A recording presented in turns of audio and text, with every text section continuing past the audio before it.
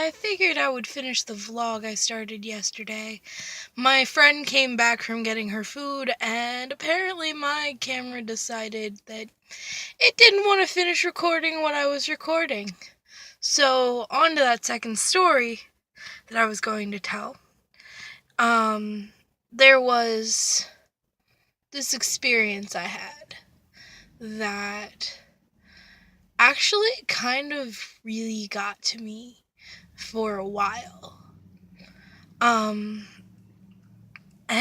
it was about this little girl named Emma. And I didn't actually see Emma until the conclusion of this. What first occurred was Emma's father.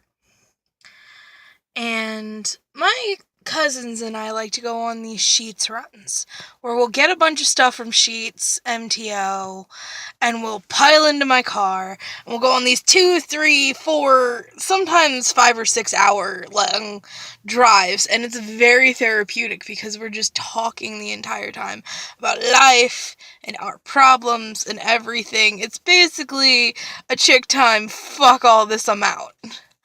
And on one of these journeys, we ended up in Ashland and up around there because the first time my older cousin and I had taken, not older than me, but the oldest of my aunt's children, had taken this journey, we discovered this mountaintop with some windmills, like those, air windmill things, huge ones, and she started calling them the windmill gods, and it was very funny.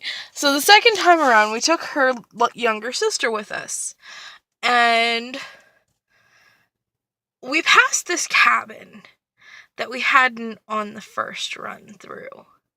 We'd taken a slightly different route. Part of this whole idea of these runs is to explore and see things that we haven't really seen before in our area. And we passed this cabin, and I got this really bad vibe from this cabin. And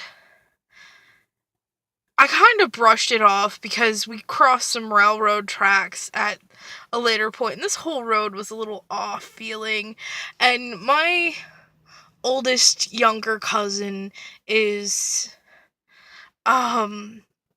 she's, I wouldn't want to say trans, but she's at like an in-between of androgyny. And we were making Sasquatch jokes, like,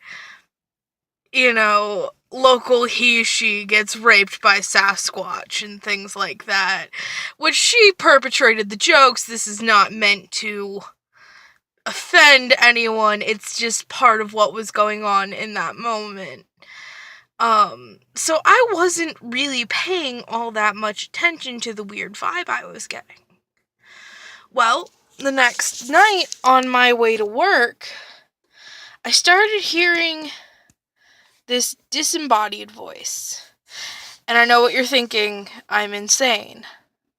But this voice was basically yelling at me to find Emma. Where is Emma? Why aren't you looking for Emma?